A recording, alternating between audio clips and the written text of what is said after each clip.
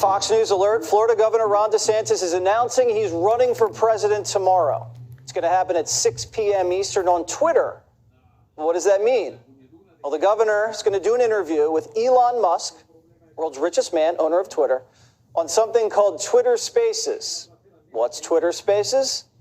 Well, it's like a Zoom call without video. The New York Times is reporting that the announcement will be audio only.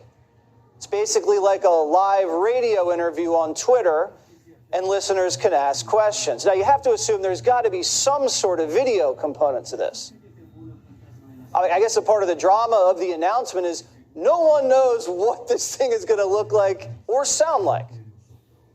We'll be interviewing Ron DeSantis, and he has quite an announcement to make. And it'll be the first time that something like this is happening on social media, and with real-time questions and answers, not scripted. Not scripted. Okay.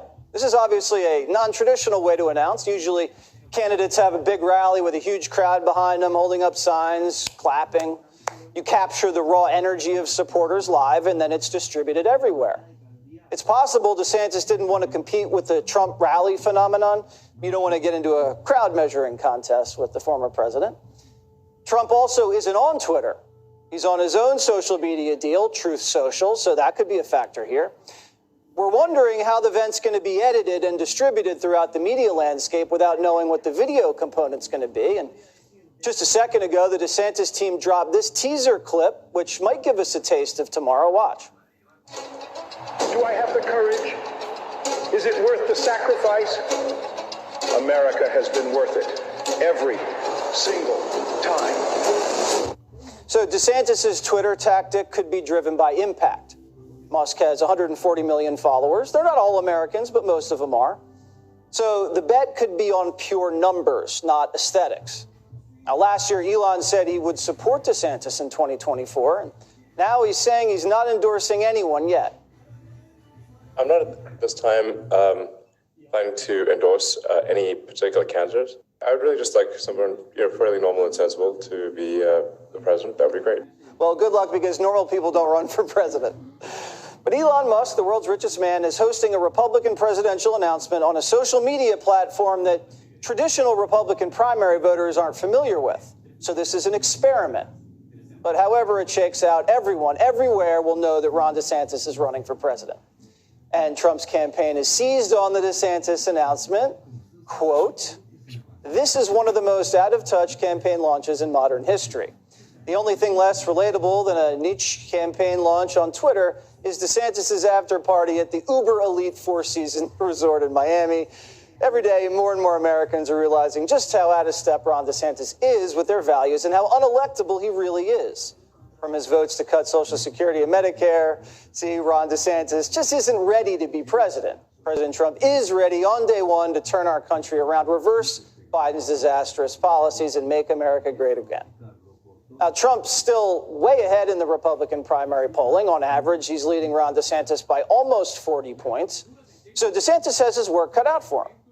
Trump's always held the lead, but expanded it significantly when he was indicted by Manhattan DA Alvin Bragg. Look at that. See that trend line? Trump's numbers really shut up there in April. So we're about to find out how much of a political athlete Ron DeSantis is. How does DeSantis condemn the phony investigations into Donald Trump while keeping a safe distance from them? Now, Ron needs to figure out how to deal with the Trump investigations. If he looks like he supports the investigations, he'll lose every Republican voter. But if he supports Trump while Trump's hammering him, he looks weak. DeSantis has to be nimble here, because he'll need Trump's voters, and his political career is just beginning. And Fox has the Republican primary debate coming up in August, so that's really going to be the first time when we really see how Ron handles the heat. And Trump's flirting with the idea of not showing up. Now, that could be for leverage, but Republican voters expect him to be there. Remember the 2016 Republican primary debates? Some of the best TV ever. Now, with all this action in the Republican primary, Joe Biden's Justice Department's about to make a move. The Wall Street Journal is reporting Biden's prosecutors are getting close to indicting Trump over the documents at Mar-a-Lago. Word is they might get Trump on an obstruction charge. So here we go again, obstructing a crime he didn't commit. And we hear the special counsel, Jack Smith, pulled all of Trump's business records since 2017 and couldn't find anything. Could you imagine if prosecutors looked into the Biden family business records? So, what we have here is the same Department of Justice that's been covering up Biden's bribe scandal and deep-sixing the Hunter investigation and letting Biden stash classified docs in Chinatown, his open garage, and, the China-funded Biden Center. Those same agents are about to move on Trump. And these are the same agents that killed both of Hillary's FBI investigations, one into the Clinton Foundation, the other into a campaign finance scandal. And the same agents that spied on the Trump campaign, the same people that covered up the laptop, are now letting Biden off the hook and could soon arrest Biden's potential opponent. Now, remember, Donald Trump was impeached for asking someone to investigate Biden. And now Biden is investigating and then arresting Donald Trump? Okay. So how does DeSantis play off that? It's tricky. But Biden's moves show how fragile the man is. And with numbers this pathetic, I'd probably arrest my opponent too. 2/3 of Americans can't stand how Biden's handling the economy, inflation, the border, and guns. And 2/3 of Americans think he's taking the country in the wrong direction. And the same amount of people think he's not healthy enough or mentally sharp enough to be president. And if you ask Hillary, Biden might not even make it out of his first term. So in that case, whoever does win the Republican primary, Trump or DeSantis, may be able to just waltz right into the White House. That is, unless the FBI stops them.